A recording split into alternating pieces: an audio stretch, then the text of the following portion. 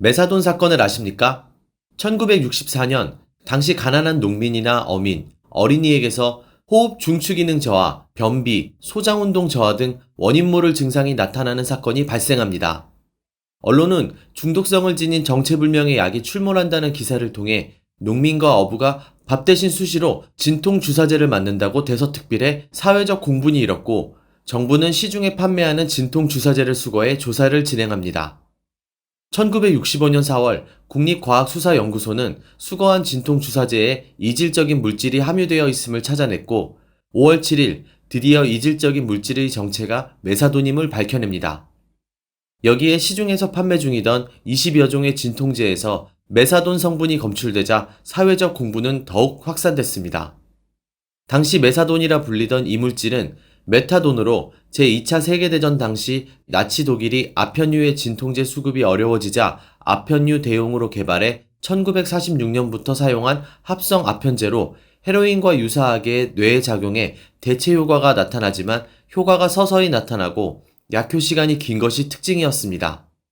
이러한 메타돈의 특징을 활용해 일부 국가에서는 아편 중독 환자의 금단 증상을 완화하고 약효를 합법적으로 유지시켜 아편 치료제로 활용하기도 했습니다. 하지만 메타돈 또한 중독의 위험이 크기 때문에 마약 문제를 근본적으로 해결하는 것이 아니라 마약 의존자를 통제된 중독자로 만들어 평생 중독자로 살아가게 만든다는 비판도 뒤따른 약물입니다. 다시 메사돈 사건으로 돌아와 1965년 5월 당시 보건원은 국도제약의 프로카인, 영남화학의 비타민 1과 설피린, 백십자 약품의 키니힌 등 메사돈 첨가 약제를 밝혀내게 됩니다.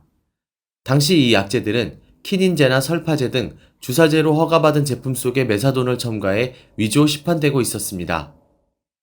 그럼 이런 약품은 어떻게 국내로 반입된 것일까요? 메사돈은 디페닐 아세토니포필과 디메틸아미노 클로르프로판을 합성해 만든 것으로 놀랍게도 당시 상공부에서 메사돈의 합성 원료를 화공약품으로 정식 허가해 수입한 것이 드러나면서 또 한 번 국민들에게 큰 충격을 안겼습니다. 메사돈 사건은 사회적으로 커다란 충격과 파문을 일으키며 국민들에게 마약에 대한 경각심을 높이는 계기가 되었습니다. 최근 서울 강남 학원가 마약 음료 사건, 유명 연예인 마약 투약 사건, 10대 청소년 마약 범죄 등 마약의 확산 속도는 더욱 빨라지고 그 범위는 더욱 넓어지고 있습니다. 다시 한번 온 국민이 마약에 대한 경각심을 높이고 마약 청정국의 지위를 회복해야겠습니다.